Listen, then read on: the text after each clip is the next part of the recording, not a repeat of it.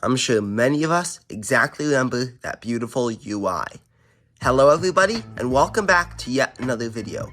So now in today's video, we're going to be talking about if the iPhone 5S is truly usable in 2025. So this is basically meant as a follow-up to my last video about using the iPad 2 in 2025, which absolutely exploded in popularity. So thank you so much for all the views, it really means a lot to me. So this is kind of like a follow-up, but instead of the iPad 2, we're going to be taking a look at the iPhone 5S. So, what even is the iPhone 5S? I'm sure many of us know exactly what the iPhone 5S is, but for those of you who don't, we're just going to run through. So the iPhone 5S is the successor to the iPhone 5.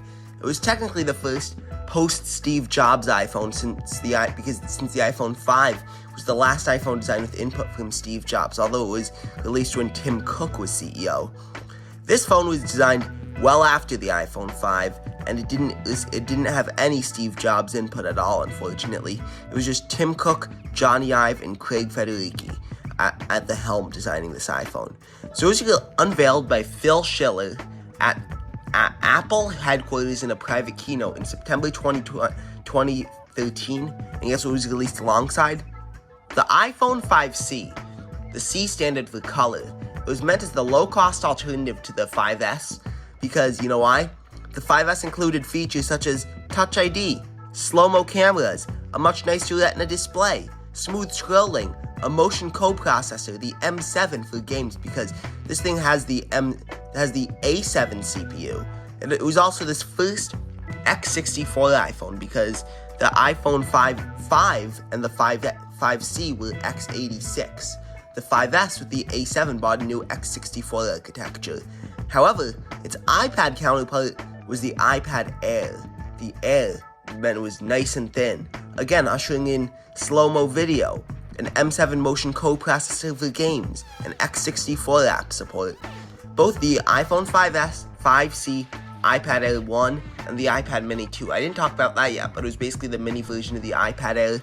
All those released with iOS 7, which basically brought it was the first post-Steve Jobs version of iOS, bringing the flat UI. It looks very, very similar to iOS 10, which I have on here. Sadly, the iOS 7 iPhone 5S is extremely rare. You can downgrade, but it's tethered. Until they finally find an exploit to be able to downgrade to iOS 7 tethered, but with working SEP. So, now that we have it all booted up, let's go through what's usable. Firstly, let's talk about some daily life activities. Since this thing sadly does not support 5G, I believe phone calls do not work unless if you're on Wi-Fi. So it's basically kind of like an iPod Touch, which is pretty nice. If you do make calls, you have to be on Wi-Fi. So, well, it's usable for that. Same thing with texting. You can't be on cellular data. You have to be on Wi-Fi. Plus, most places that you go to do have free Wi-Fi, which you can connect to. Like, I use this in the Home Depot to browse the web, which is pretty nice. So, that's its usability for like most, quote, phone tasks. Now, how about email? Well, Apple Mail works. You can still log in with Gmail, Microsoft Exchange, Outlook, AOL, rest in peace, iCloud, which is pretty nice. It still syncs with that, opened the wrong app. Still syncs with Apple Calendar if you still use Apple Calendar for your stuff. So I didn't even set up Apple Calendar, which is pretty nice. Now, I believe Apple Maps, I think does it work? Does it still work? I haven't tested this. Yup, it still works. So I think I'll have to blur that out because I accidentally revealed my location. So, now, weather still works. Most of the default iOS apps still work, they still talk to the servers, which is pretty nice. Now, how about apps that you can install yourself? Well, for Pages, Numbers, and Keynote, the iWork suite, the latest version of all of them for iOS 10 still works perfectly fine. You can create and edit documents. For video editing, iMovie works perfectly fine as long as you download the latest compatible version. So I have a sample project on here for my other YouTube channel. It's like really hard kind of like to turn around because I have this thing on the charge.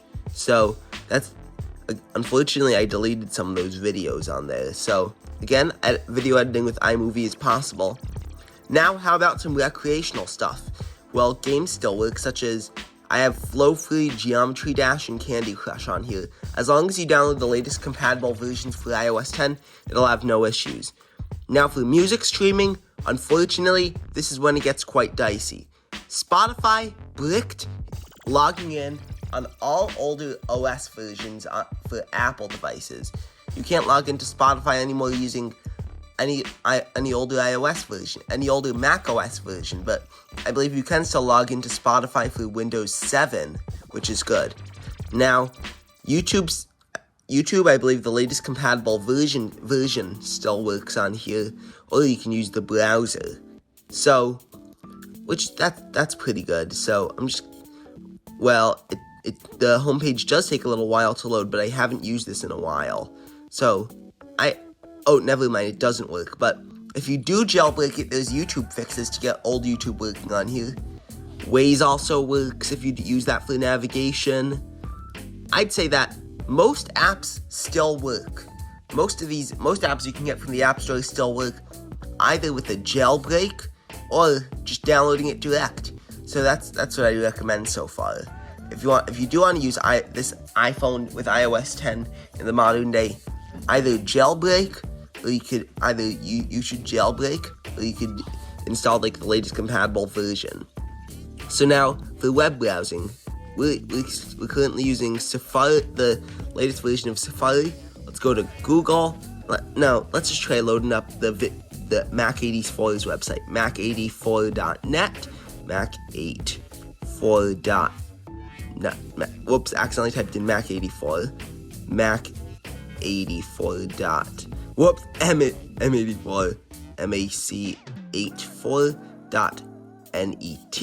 Perfect. Let's see if this even loads on here.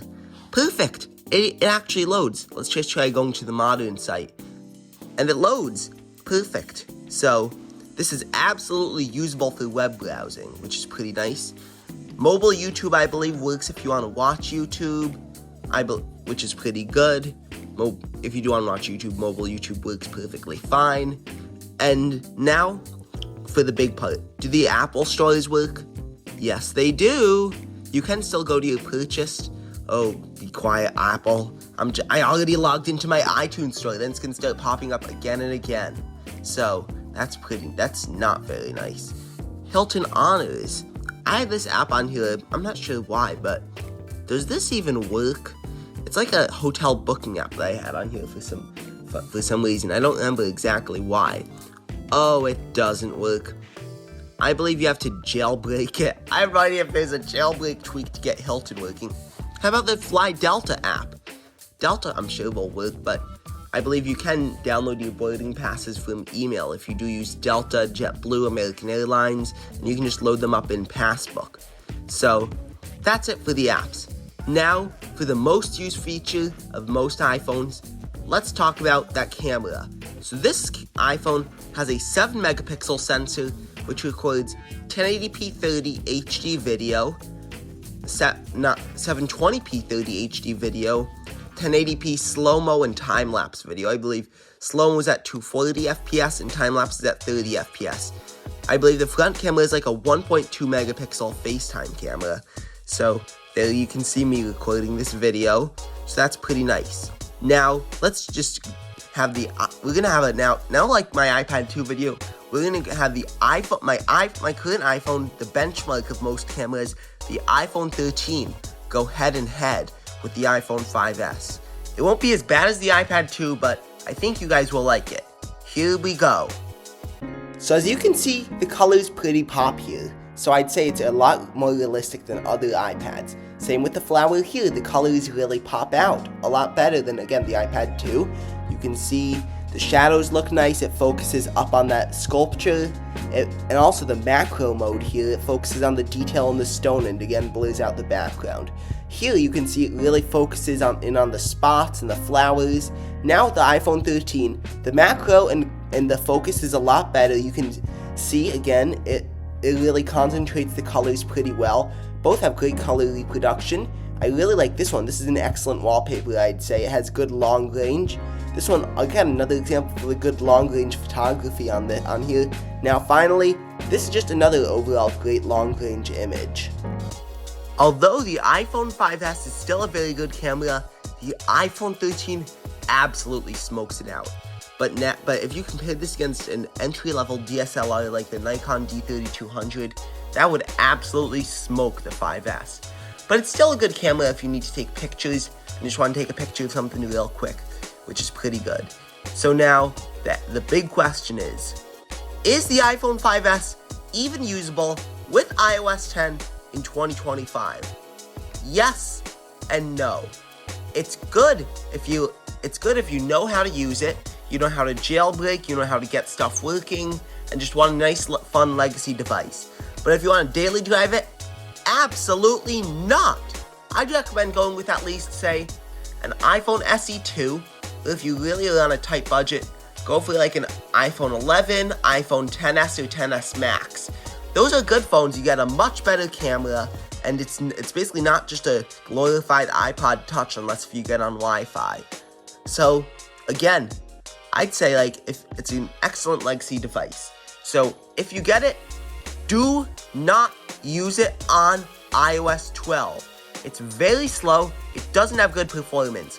I would recommend downgrading to iOS 10 like I did on here. It's a lot faster, like say, opening a bogged down app like the App Store that launches instantly. I can go right into my purchase tab, which is great. Get out iTunes. So, let's just end the video there by saying, thank you so much for watching this video. Please like, watch, and subscribe. I will see you guys in the next one. Bye, y'all.